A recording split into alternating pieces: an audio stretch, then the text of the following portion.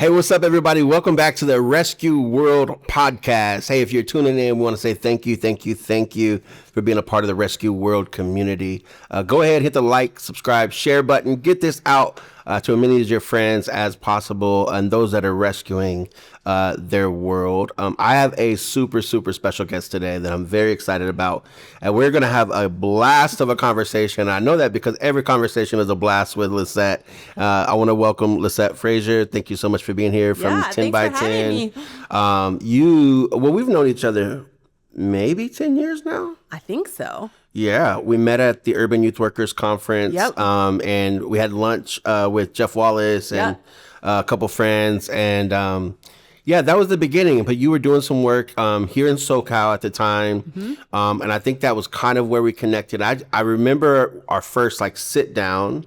And I remember I was just kind of going through it, I think. And I was like, I'm struggling. And you just spoke life into where you number one, that I'm not crazy, that but that what the work I'm doing is good and necessary, and that was just super valuable, and I probably have never forgot that. And so I just want to say thank you for that, and thanks for being here. Thanks for joining us on the Rescue World podcast. I'm so glad to be here. I remember that. Yeah. Because I remember the first time I heard you speak, I was like, dang, what God is doing there is incredible and in you. So this is fun. Wow. This is fun. Well, very excited. And over the last 10 years, you've had quite a few ministry journey experiences. I've had a couple. that have ultimately led you to the 10 by 10 yes. world. And that's been a huge resource for us here at Rescue Generation. And so I want to start the conversation off with that if there are youth workers out there that don't know about 10 by 10 at all, you need to know about 10 by 10. They are the real deal. It's been a really cool journey. Lisette, how long have you been in ministry? Listen, if you're trying to date me right now, I mean, paid, I think we're at 27 years. 27, yeah, incredible. It's like a hike. Well, and it didn't start in America, right? It didn't. So started in Canada. Canada, Yep. wow. Yep.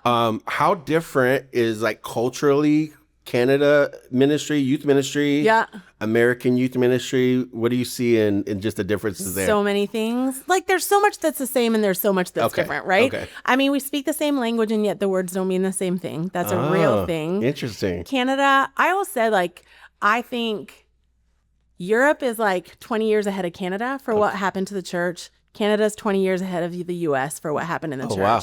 And so if you watch the decline of the church, you watch the more secularizing of culture, all those things, Europe was ahead of us. There was a lot to learn from what was really hard there. And I think Canada had the same to here. Wow. Mega churches were not a thing in Canada. Okay.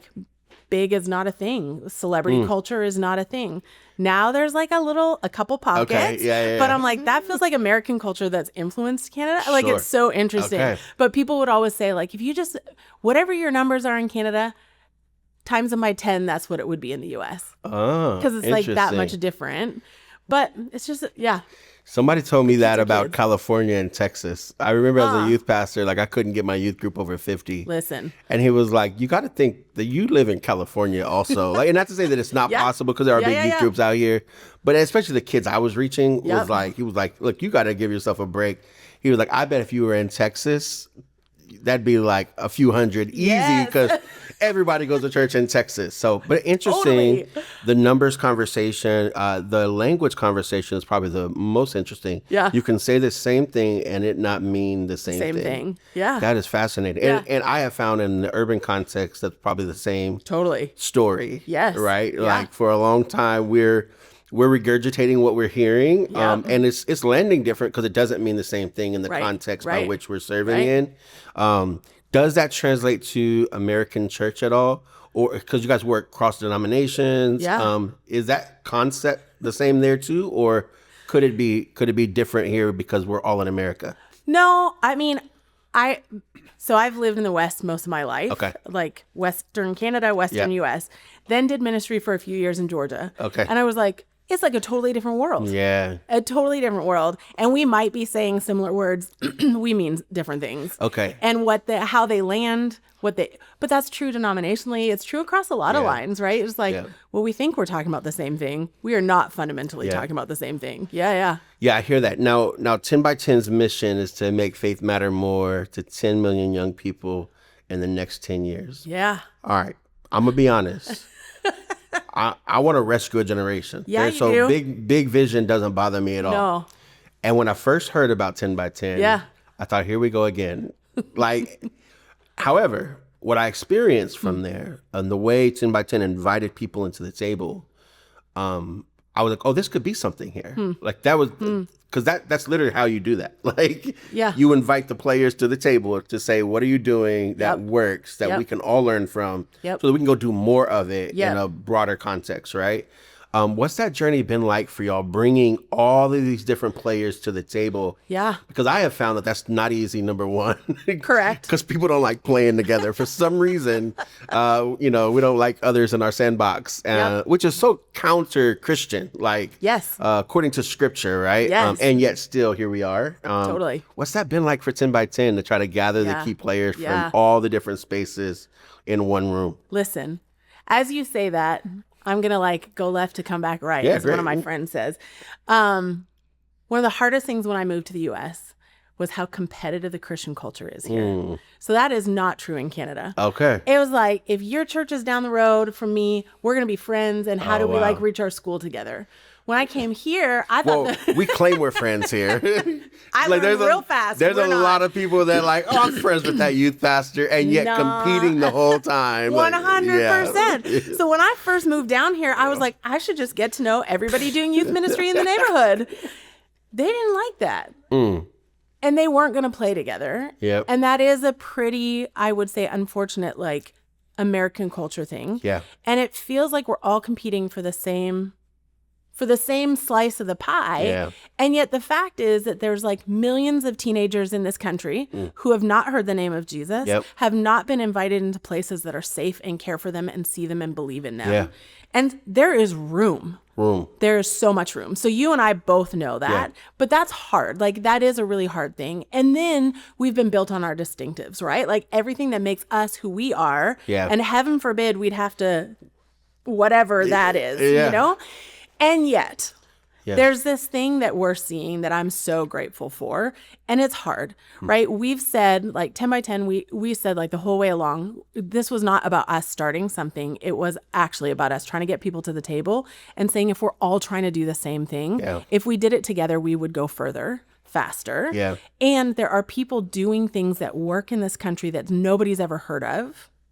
And there's a lot of people doing a whole lot that's not working. Yeah. Right? And the definition of insanity is let's just keep doing the same thing and thinking we're going to get different results. And we're not. Yeah, wow. And so we just said, what if we could invite people to the table and say the only thing we're asking you to do is stack hands on two things, Jesus and young people. Everything else, hold it. Hold your distinctives. Hold your everything.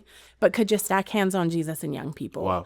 And we keep inviting them. And we keep trying to invite from the furthest corners. Yeah. And we keep trying to center at the table the voices that are the least often heard. Wow. And we're watching God do something really unique and beautiful. Wow. Doesn't mean it's not messy, challenging, but it's really beautiful. Well, even the language of stacking hands on Jesus and young people is powerful. And because I come from denominational ministry, I also have all the questions of what does that mean for, X, Y, and Z? Yeah. And so I imagine what are the behind the scenes conversations that you all have to have with denominational leaders and people from different, cultures and how hard is it for people to agree on that or has it been somewhat easy? No, it hasn't been easy. Yeah. It hasn't been easy at all. And some moments are really easy. Yeah. But no, I mean, it's been a lot of internal commitments, as a team that have been really hard work, right? So anything we write, we have eyes on it from across the Christian spectrum. So we have Catholic, Orthodox, Lutheran, Pentecostal. We have eyes from all denominations or as many as possible reviewing anything and saying, does this negatively impact any of your distinctives or bother you. Okay. Do you know how hard that is to do? Yes. Like I cannot. Yes, you do. Yes. So the rewrites on things. Yes. So we're always trying to say, we're not trying to step on your distinctives. Yeah. We're just trying to say, what if there's a way forward that we all need that's different right now? Yeah. So that's hard work. It's pulling across lines is just difficult. I will say, and I'm like, it feels like I'm having coffee with you. I realize this is going to go lots of places. No, it's fine. Let's go. That's fun. We had a denominational gathering. There was like this moment, I'll never forget it, where we had leaders from 40 or so different denominations in the room together. And someone brought up one of the hot topics. I don't even need to get into the hot topic. Y'all can just imagine where this is going to go. And I remember just thinking, we might break the whole thing right now. Like this could be the moment. Yeah. And this person, bless him, approached with such humility and just said, from my perspective, I am watching us lose a generation because of this issue. Sure. And I'm watching kids die because of this issue. And what I'm wondering, and I just thought, oh no, like it really was one of those moments where you're like, oh gosh, this whole thing could explode right here. She just said, I'm just wondering if there's a way, if your denomination doesn't hold the same theological perspective, that you could send us your kids that are dying on this issue and I'll try to love them. Oh, wow. And I remember someone from the opposite theological spectrum just saying, with tears in his eyes, our denomination cannot make room for those kids right now because of our theological distinctives. And there is not room for change, but I would love to send them to you. Wow. And I was just like, what is happening right now? Wow. And it was such a really humble, really challenging. I mean, you could feel it. Yeah. The room was thick. Wow. And yet there was this kind of what do we do for our kids? Yeah. Even despite all of this. And I was like, oh, maybe we can. Wow. Maybe we can. Yeah, we've had to learn, how to work with all types of students the hard way because we're working with them not in our context. They're not coming to our church. They're not coming to, our campus where we're doing the thing. We're actually going to their world. And we've had to wrestle through some theological conversations, but ultimately that land a practical impact. And our stance became that I would much rather lose an argument and win a kid than win the argument and lose the kid. Come on. Because I could do both. I could take the stand and be like, hey, this is where we are. And, if you can't rock with that, then I'm sorry. And or we can love them the way the scripture tells us to love them. Yes. And something our church says is love people until they ask why. Don't tell them why and then love them. And that concept, I really fell in love with because I'm like, I would much rather earn the right to have a deeper conversation later. Than forfeit the right to have any conversation at all. Listen. And to me, that's real evangelism. That's real discipleship. That's real hey, come follow me. Let's do some things together. Yes. And then let's see where the conversation goes. Yes. But fascinating that I love the willingness to say hey, give us them and let us figure that. And then the other person, the honesty to be like, yeah, no, we can't. We can't. And which is beautiful for the body in general. Yes. And that doesn't happen outside of those cross-denominational line gatherings, right? Of how do we do this stuff together? The other thing I was thinking about that 10 by 10 does that, I don't know if this is, I imagine there's a lot of very much intentionality theologically, but also philosophically around how you all do gatherings. But I was thinking of the Tower of Babel and what 10 by 10 has done from my perspective so far, which is only 3 years old or 4 years old, right? You all have given a common language to youth workers everywhere. So when I think of the 7 discipleship emphasis, I'm like, I've been talking that stuff for a long time, but I didn't have it in that formula. Yeah. And the fact that it was in that formula, and I'm not the only one that has it in that formula now, the scripture makes it clear in Genesis that when we all speak the same language, there's nothing we won't be able to do. And I have found that there's not much that brings diverse people together and gets us to speak the same language. And because 10 by 10 has introduced these frameworks to the world, it's literally what you guys are doing, is helping us all speak the same language. Because when we do that, There's nothing that'll be impossible here. And so I'm fascinated with the thought of like, how do you gather? And as somebody who's tried to gather and it hasn't worked all the time, I'm also like, I feel the pain of that. But you guys have done that so well. And so it's been really cool. Now, because we've been in ministry for a long time. Yes. A lot of things are different now. Yes. Is it easier or harder now, do you think, from your perspective? I don't know. I don't know if it's easier or harder or just different. Okay. I don't know. And what are some of the things that you've seen like be different now that weren't 15 years ago? Listen, I remember saying, so when I started, when I was young, way back in the day, and I would look out. Okay. Look out at those teenagers. I remember after the first 10 years, I was like, whoa, what I talked about with 18-year-olds 10 years ago, I have to talk about with 15-year-olds now. Oh, okay. But then the acceleration, it was like 5 years later, I felt like I had to talk about it with 12 and 13-year-olds. Oh, yeah.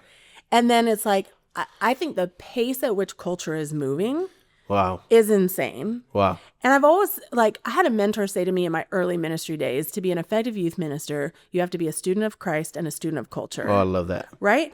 But being a student of culture right now, how do you keep up? Oh, it's hard. And how do you know? And then the polarization of culture and the reality of just the waters kids swim in and the impact of the algorithm. Yep. And I don't even know what AI is going to do. So I think it is harder. Yeah. Actually, in some ways, I would actually say it is harder. Well, I think part of the harder and to the acceleration of culture is people are seeing trauma that didn't grow up with trauma. Yeah. So trauma is everywhere. And I'm not the one that's putting trauma on everything. Sure. So it's not that either. Yeah. I think some of what we call trauma, we probably might not fully be that. Yeah. Your experience is your experience. Sure. But we're seeing that the Charlie Kirk thing, we're seeing you're seeing that firsthand on your phone, no matter what background you have. And seeing it over and over and over. Over and over and over again. I saw stuff like that because of where I grew up at. Yep. It was never accessible to people that didn't grow up where I grew up at. Right. And because of how fast culture is growing, the algorithms, everybody is impacted by this. And so the other language piece that's really interesting here is it's not just the theological language or the disciples, it's the language of pain. Yeah. And it's we're all having the same conversation, anxiety, depression, trauma, so real. Isolation, everywhere. And if you would have asked Rag, 7 years ago, I would have said we're primarily a ministry geared toward Title I schools, low-income communities. Well, COVID leveled the playing field for us. So our largest district was a Title I district now, but it wasn't when we came in at a large level. It was a fairly affluent district. They got some really, really, affluent families in the neighborhood. But then we were on the campuses and we started seeing the exact same students that we're serving in other contexts, right? And I'm like, oh, this is everywhere. It's not. So I think there's just this commonality of what people are facing today. It is different and it's harder, but it's because of what we're seeing on a regular basis. Yep. I agree. Well, and it's interesting. I was talking to some guys who run a youth ministry organization in Europe, and they were just doing all this research. And as they talked about it, it sounded so much like what we were finding. And we're like, social media, COVID, it all leveled the playing field and it changed. And then the urbanization of culture, kids look more alike. Yeah. Now, something you told me earlier that I want to maybe double click on here for a second. You talked about what it takes to change as the church, because unfortunately, culture's changing at a rapid rate, and we're not. Yep. Just through and through, we're not, right? Yeah. What is what does that take, and how does 10 by 10 help churches turn the corner on maybe our methods are outdated. Maybe what we're aiming for is not what we should be aiming for. And I think I mentioned this on y'all's podcast, even down to metrics, down to hey, I'm counting the numbers that come to my youth group on a Wednesday night, but I'm on 4 campuses. Why am I not counting those numbers? Right. Because I am shepherding people on a campus. Come on. But I have found churches don't want that conversation. They'd much rather blast the number that they have on a Wednesday night or make that the ultimate priority. Yes. How hard has that been to see churches like move the needle from y'all's perspective? Okay. So many things I want to say about that. So first of all, to what you're saying, I just want to yes and amen that as one of the most significant challenges we're facing. Okay. Right?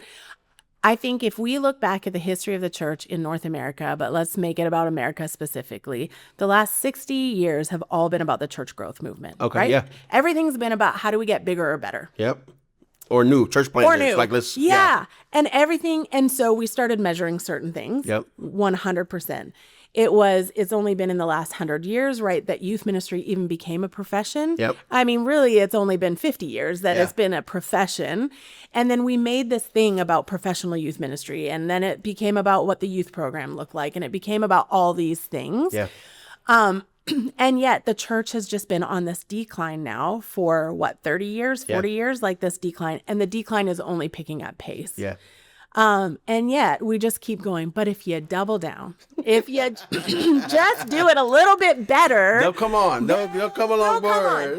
And it's like, but they aren't. Yeah. But they aren't. But I think like multiple things are happening right now. So COVID happens, which is accelerated everything, right? If it was a crack before COVID, it was a chasm by the time we got out of COVID, right? There's statistics we look at, like in the first year of COVID, it was less than 10% of kids heard from a religious leader in that whole first year. Wow.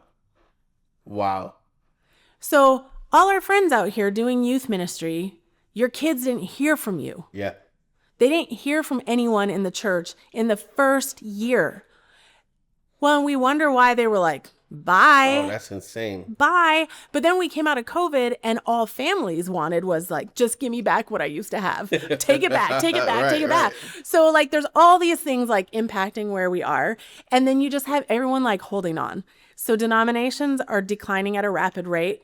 So like what's the most typical thing we do when we're losing something? Hold it tighter. Yeah. Right? Except for we're like actually squeezing the life out of it by doing that without going like, what if there was another way? But the risk is what the church growth movement did, I think, this is like Lisette's version of history right now, but is like whatever the next book was, that was the next thing we did. Yeah. So people became pretty change adverse because that wasn't actually effective, but it's what we did. But what if we could go back and look at the way of Jesus? Which I realize we all say we've been doing. And yet, right? What did he count? Yeah. Where do we ever see numbers in scripture? What do we see about what Jesus did? It was like this life on life. Yeah. Why did he pick 12 guys, most of them teenagers, and just say, let's go change the world together? Yeah. He didn't invite them like that, but that's exactly what he was inviting them to. And they were out here sitting around campfires and they were going to the synagogue and they were trying things and then they'd fail and they'd try again. Right. And that was what actually was counted. Wow. And that's where difference happened. But that doesn't work for the metrics we've been taught to count. Wow. And so there is this whole shift that has to happen. Yeah. And I think, to what you're saying about metrics, to what, like there's 900 things going on in my head right now. But I think one of the things that's the most interesting and the most beautiful that I get to witness at 10 by 10 is that we bring in heads of denominations, heads of organizations, people like you that are doing incredible work around the country. And most of whom have been there for a while, right? Yeah. I mean, most of them are like as old as me or older. Let's go that way. But they're veterans. They've given their life to something. Yeah. And then they're going to sit there and have the humility to say, what if it didn't work? I think that takes a lot. Because what if all the years of youth ministry I did was not actually the most effective? Wow. That's hard. Yeah. Like I loved a lot of students. Nobody wants to say that. No. Yeah. And yet I see people being willing to say that. But the challenge is the machine has taught us all to count a certain way. Dang. So how do you get them to do that? We're trying one step at a time. It's the same as what Jesus did, in my opinion. It's relationship. Yeah. And it's because you and I get to sit down and talk about things that we go, I wonder how we could invite people to count something differently. I don't know. Yeah, when you said that, it struck a chord with me because honest thought that I've had even more recently was that my days as a youth pastor were not effective.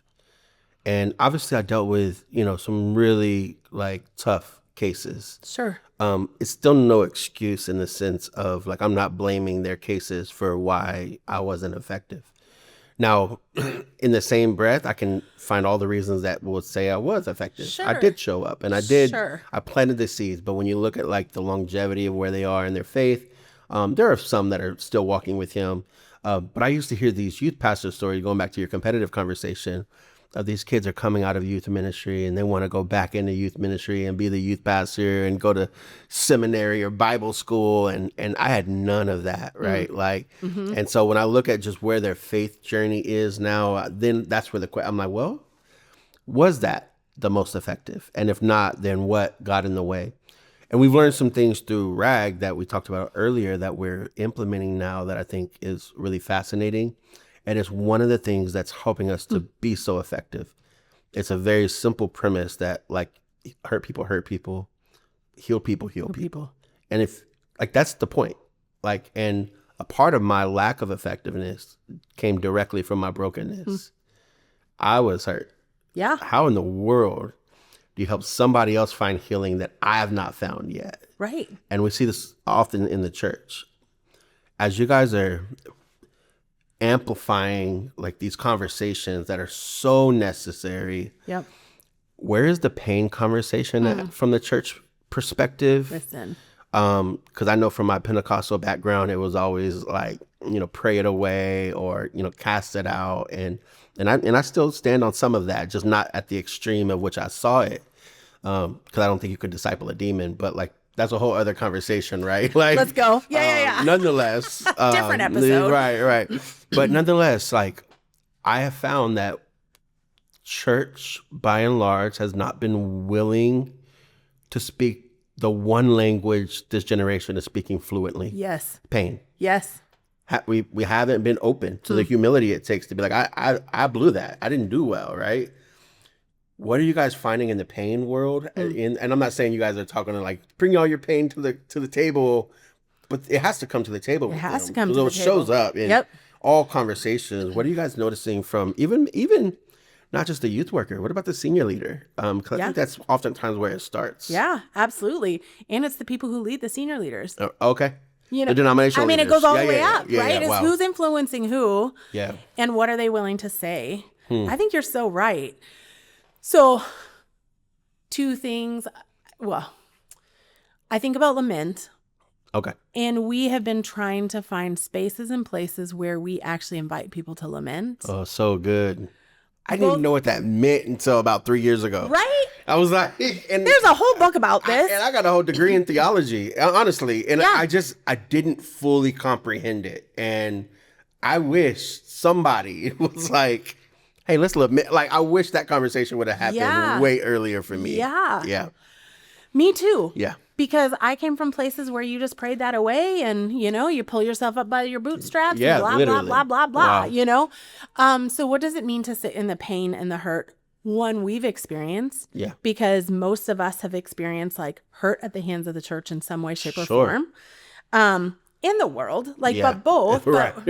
But let's acknowledge those. Yes. What does it mean to lament like our own place in that? Which is not easy. No. And yet I've just found like when we can sit in rooms with people and do that, it's hard to do that really publicly at this point in time. Don't go throw it on socials. No. And I'm not even sure we should. Right. Agreed. But there's these moments where I watch people like really honestly just lament those things. And we have, when we're offering space for that, but even as a team, we've had to do that. We've realized like all of us that have come to 10 by 10 have this weird mix of such like deep woundedness from what we've seen in the church world and this deep belief that the church is still the hope of the world, right?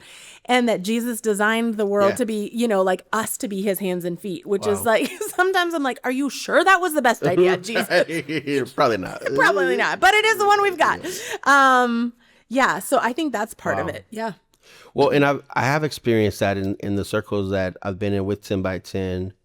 There is a sense of humility from the people that are in the room that I've experienced so far. It's just, they seem willing. They seem open to like, maybe what we've been doing isn't working. And so I just imagine that those conversations are probably going to just continue to amplify. But I think that's probably the biggest thing that we're missing right now is we're not speaking the language that the world is speaking. No. And we wonder why they're not coming to us. It'd be as if I was in another country speaking English and they didn't speak a lick of it. Right. And like, I'm just going to speak a little louder, a little slower, as though that's going to help. Yeah. And it's just not working that way. It's not. What does it take for a ministry to embrace this humility concept, to be willing to own their junk, to embrace a new idea, to say maybe what's been working isn't really working? What does that take, really? How does somebody get there? I mean, somehow it's a choice, right? Like, I think there's Max Dupree, like leadership guru, says the first job of a leader is to define reality. Okay. Are you willing to be honest about reality? Okay. But then I think scripture invites us to the same, right? Search me, O God, and know me. Yeah. Show me if there's any way offensive in me. Yeah. That's a hard prayer to pray. Super. And yet God invites us to do that. Yeah. And I think actual healthy leadership invites us to do that. I think that's your hurt, healed. Yeah. Because if you can't actually admit where you're hurt and what has hurt you and what that is bringing out in you, how do you ever get to the side of healing? Wow. And I think for us, like for the church to ever be known as a beacon of hope and light in our communities again, and the church being you and I, not a building, but actually you and I and who we are in the world, we're going to have to be honest about where we haven't been, what that looks like. And then I think it's who are we having form us, right? Because who you follow is who you become like. That's so good. Right? I mean, you know, show me your friends, show me your destiny, whatever phrase you want to go with. There's a whole bunch of them, but it's real when it comes to leadership too. And it's like, there are people out there that are actually being really honest about where we are. There's people that are saying, I wasn't formed in a healthy way. I think that's what I think about when you said the healed. It's like, we keep inviting people to relational discipleship radically focused on Jesus. Yeah. Right? Because I just think that's what Jesus did. And that's what we've lost. Yeah. But if you never had it, how do you do it? Right. So how do you find people that can now form you as a leader? Wow. And how do you find people that are willing to be humble and authentic and like trying still? Yeah. There's nothing more amazing to me than meeting an 80-year-old that's still learning. Hello. Right? Yeah. Yeah. That's, I mean, what a task. Ahead, right? Right. And if we had the answer to that, we'd probably see a whole new world than we're looking at. I am fascinated at the work that 10 by 10 is doing in a lot of ways, but one of the ways that has really impacted us is you all platforming voices and people who people need to know about that have been oftentimes overlooked, not sought out, right? And obviously, you know, I resonate with that in a lot of ways. I could play the ethnic card and be like, well, we've always been an urban ministry and all of that fun stuff. We've also never been super political. So we don't show up to meetings like to shake hands and hold babies and be like, look who I am. And I appreciate. But because we've done that, we've also probably lost some opportunities and haven't. But you all have just found a way to not just here at RAG, but like invite others to the table that I'm like, oh, I want to learn from them. Oh, they're crushing that there. Where'd that thought come from? Because I have found in the larger Christian conversation, there's not a lot of those efforts being, which is to me is one of the uniquenesses of 10 by 10, like your approach to that. Because it's easy to go after the people that are already on the stages and the spaces, and those people are in the room, which is also the other cool part. Because I'm not only speaking to people that people don't know, I'm also speaking to people that like, oh, these are the gurus. These are the people that are on the stages and all the conferences and things like that. Where'd that thought come from, and how have you guys been able to do that so well?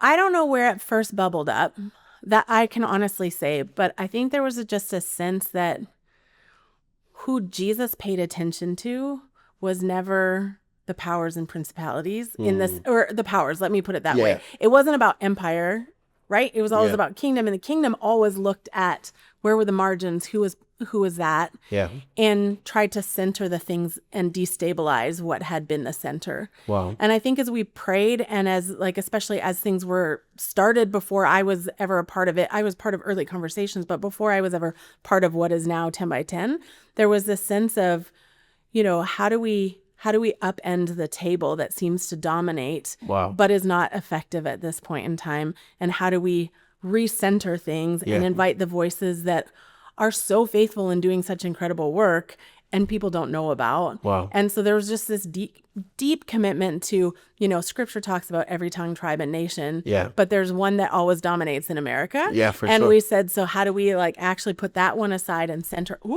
all the other voices?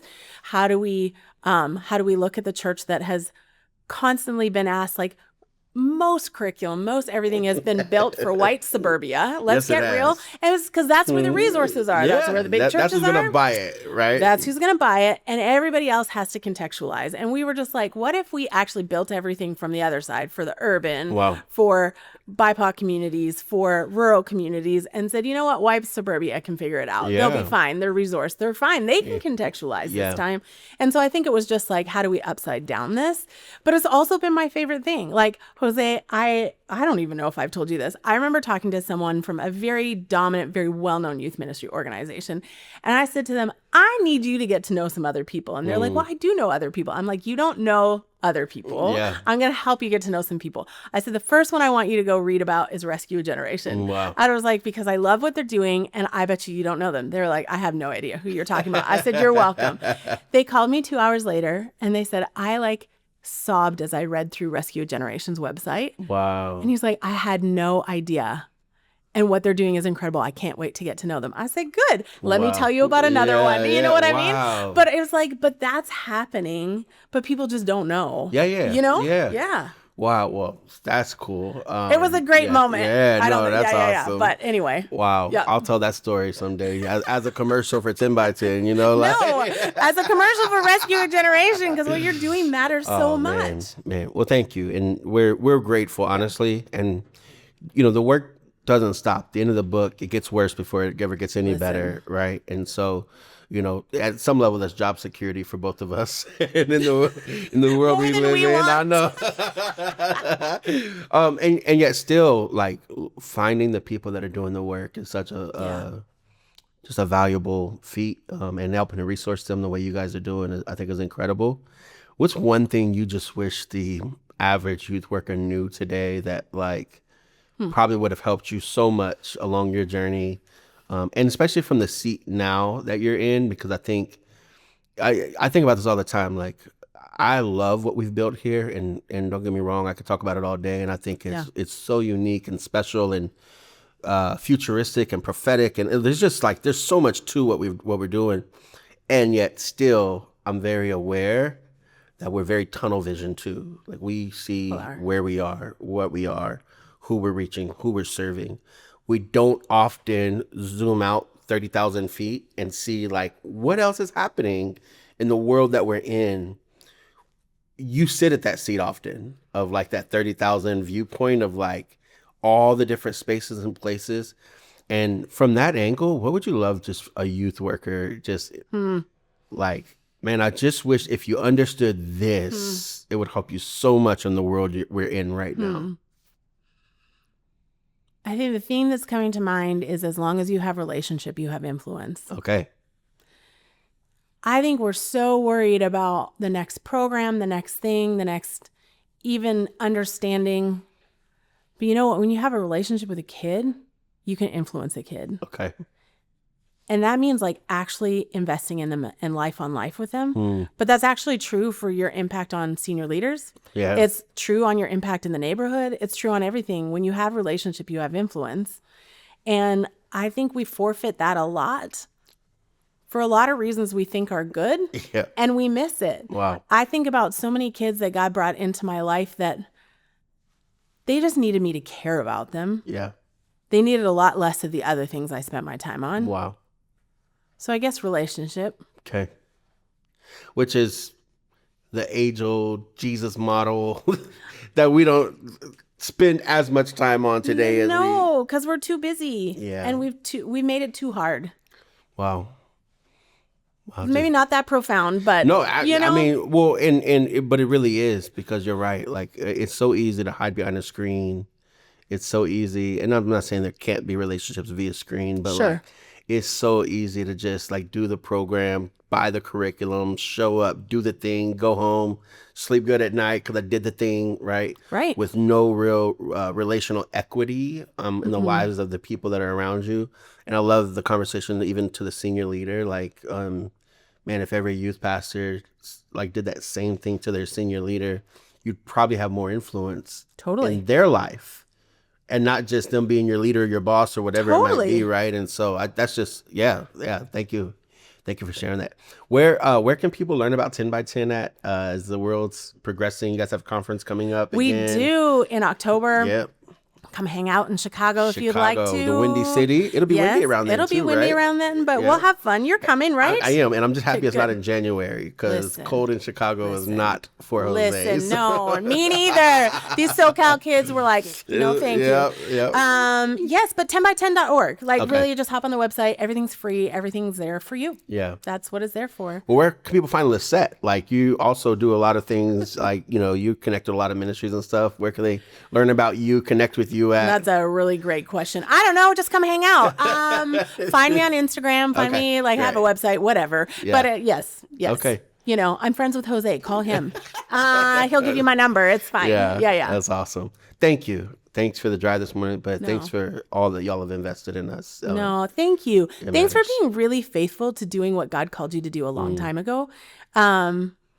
You have blessed me more than you know, just getting to watch what Rescue a Generation does. But your faithfulness to what God has invited you to. And it's about relationship with kids. And it's about seeing the kids that so many people have said, forget it to.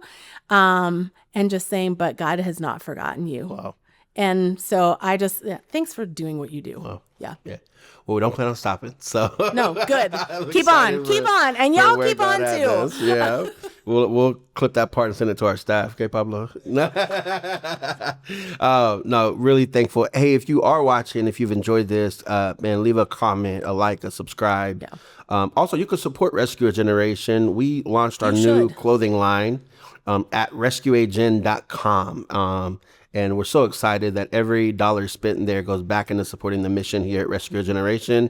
So go grab some gear, some merch, and support the mission along the way. We appreciate y'all. Until next time, continue to rescue your world, and we'll see y'all soon.